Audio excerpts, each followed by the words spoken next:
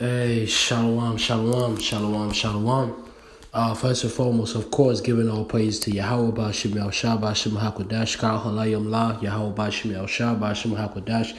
Giving double honors to our apostles and elders, a great millstone. Shalom, salutation to all you sincere alchemists across the four winds, pushing the truth and sincerity of heart. I am your fellow servant, Kasamagal from the DC camp, and I'm coming at you through the spirit and power of Yahweh Bashim Yal Shabbat Shem HaKodash.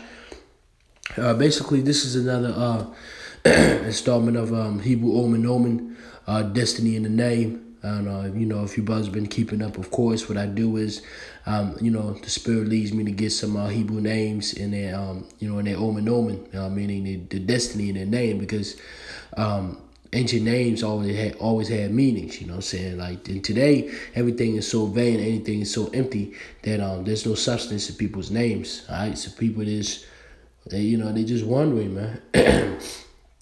But and today we're gonna deal with the season in which we're in right now, which is as Hebrew Israelites, we know we're in the season of Purim that's coming closer, the final high holy day. Before the beginning of the new year, and it's a holiday of celebration. Purim means lot because celebrating the defeat of Haman, the so-called Jewat, and Amalekite. And him and his family being hung up on the gallows for trying to set up a decree to destroy the nation of Israel. All right, so and that was a sign of things to come for Amalek and these Edomites. Okay, so but today we're gonna deal with of course the main character of the book. The book is named after her. She's known as Esther, but her real Hebrew name was Hadassah. Okay, Hadassah was the name of so-called Esther. Okay, so Hadassah. What is Hadassah? Hadassah means myrtle. From like myrtle tree. All right. It says, of course, Queen Esther's Jewish name, right? Her Hebrew name. The Queen of Persia, heroine of the Book of Esther, daughter of Abihail, cousin and adopted daughter of Mordecai of the tribe of Benjamin. Made queen by King Ahasuerus to replace divorced Queen Vashti. So as you see right there, what we have the Hebrew, of course, the Paleo Hebrew, Lashawan Kodash. We got a Ha, a Da, a Sa, and it's like a Sa. It's like a. Let me I'm gonna correct that right quick. It's a Ha, a Da, a Sa. And then, let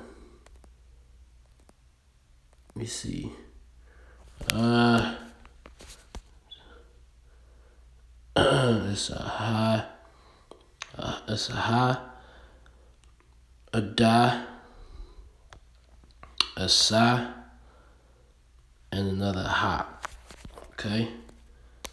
So this, there you go. Okay, we're straight. Okay, Salakia. I had to fix that right quick. Just bear with me. Okay, so we have a ha, a da, a sa, and a ha. Okay, Hadassah, Hadassah, and of course that's right next to it. It's the Syrian, and then in the second column you have a ha, a da, a sa, and a ha. All right, so how do you pronounce it? Hadassah. Hadassah. Now, the way, usually the double S on top, that's how it's written on the blue letter. You know what I'm saying? But when you go into the Hebrew, it's not no double S. You know what I'm saying? I mean, it sounds like that, but we don't write sounds. You know what I'm saying? We write it like it is. So this is of course Myrtle. Now going back to the Myrtle, right? Because I want to look up because of course you brothers know that you ever heard of the Eastern Star? Freemasonry.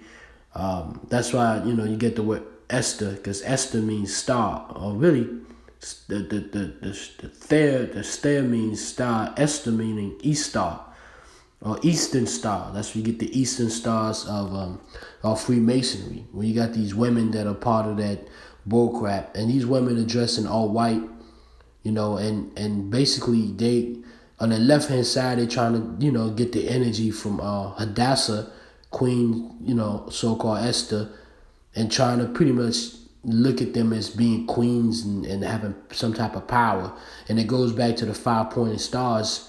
And it says when you look up the 5-pointed stars, the one pointed star on the east, the pointed star on the east is white, because all these pointed stars have colors. The one pointed star on the east is white, and it's got a crown with a scepter on it, representing a queen, courage, or queenship or whatever. So that's where they get the Eastern Star. They get that from Esther, really the manipulation on the left-hand side, or the distortment of understanding of knowledge of the true Esther, which was Hadassah, right? Now, the reason why her name is Myrtle, when you look at the Myrtle, there's multiple types of myrtles, multiple types, multiple kinds, but I want to deal with this. This is why they kind of go into what they're going to, but the myrtle is a fine-looking tree and fine-looking flower, you know what I'm saying? So this is the reason why, this is where they got the 5 points, 5 points myrtle. Of course, the left-hand side is always looking at the right-hand side to distort things, to make it to be wicked, when the originality is always righteousness. The original knowledge of everything that you see that the left-hand side is doing, is nothing original about the left-hand side. The left-hand side is always about mimicking, distorting the light into the darkness and making it to be darkness. Okay? But when you go back here, you see there's different types of myrtles. Right? But they focus on the white myrtle. That's when they get that whole Eastern Star crap. But the myrtle is a fine-looking tree, man. It's a fine-looking tree, and it stands out. That lets you know what they're with. And she stood out. How do we know? We're just going to go with the scriptures.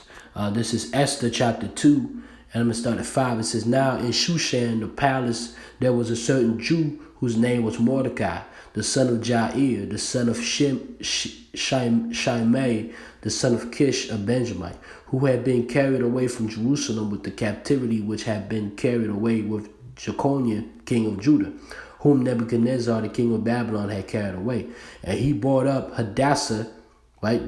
That is Esther, right? Because that's her real name, Hadassah, meaning myrtle, not Esther, Esther meaning star or Estar, his uncle's daughter, for she had neither father nor mother, and the maid was fair and beautiful. See that? That's why her name was Hadassah, because as a baby, the spirit already told her parents that she's going to be a fine-looking piece of you-know-what.